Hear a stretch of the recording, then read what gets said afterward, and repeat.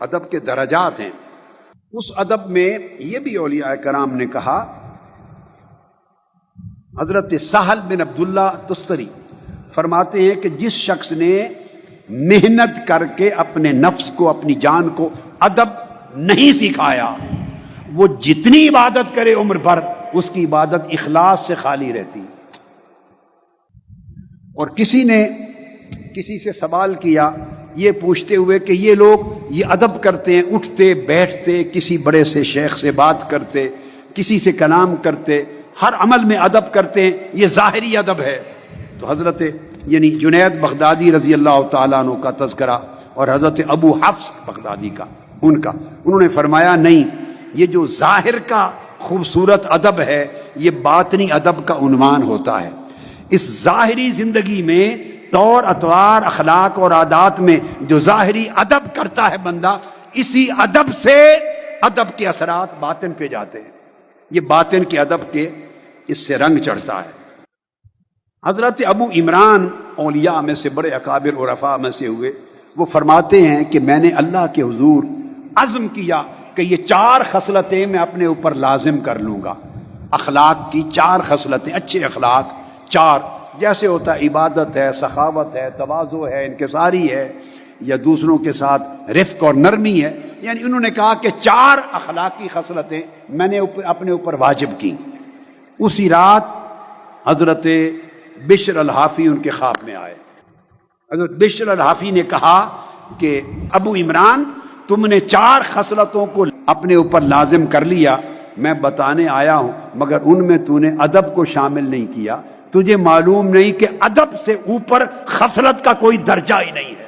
ساری خصلتیں نیچے رہ جاتی ہیں، سب سے اکبر اور اعلیٰ اور ارفع خصلت ادب ہے۔ آقا علیہ السلام نے فرمایا، حضرت جابر بن سمرہ رضی اللہ تعالیٰ عنہ روایت کرتے ہیں، آقا علیہ السلام نے فرمایا کہ اگر ایک شخص اپنے بیٹے کو، اولاد کو ادب سکھائے، ہر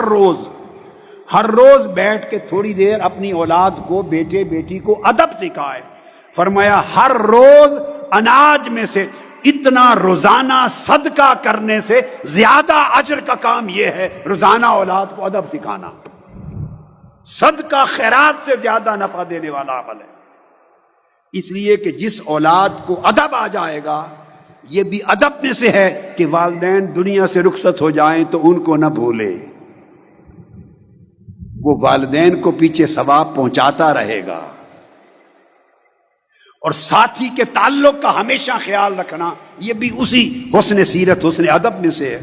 آقا علیہ الصلوۃ والسلام حدیث پاک میں آتا ہے، حضرت عائشہ صدیقہ رضی اللہ تعالیٰ عنہ فرماتی ہیں، ایک بوڑھی خاتون آئی آقا علیہ السلام سے ملنے، میں بیٹھی تھی تو آقا علیہ السلام نے اس کو دیکھا تو کہا میرے قریب آ جا، قریب آ کے اس کو بٹھا لیا، اور بوڑھیا سے پوچھتے رہے کیا حال ہے، وہ حال بتاتی رہی، تمہارے رشتہ داروں کا کیا حال ہے بتایا، گلی کوچے والوں کا کیا حال ہے، تمہارے قبیلے کا کیا حال ہے، فلاں کا حال کیسا، فلاں کا کام کیسا، اس سے اتنی توجہ دے کر پوچھتے رہے۔ فرماتی ہیں حضرت ام المؤمنین عائشہ صدیقہ رضی اللہ تعالیٰ عنہ،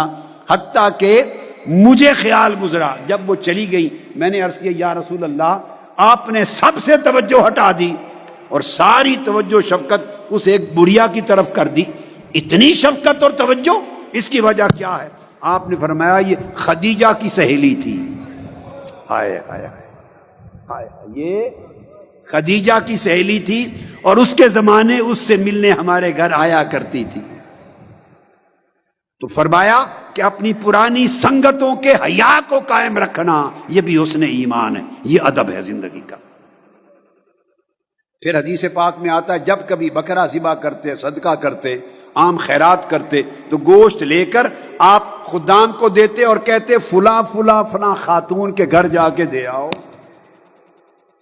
پرانی عورتوں کے نام بتاتے، فرماتے فلاں فلاں کے گھر جا کے گوشت دے آؤ۔ میں نے پوچھا یا رسول اللہ آپ اتنا خیال فرماتے اور ان کے گھروں میں گوشت بیچتے ہیں، یہ کون لوگ ہیں؟ فرمایا یہ ساری خدیجہ کی سہیلیاں تھیں،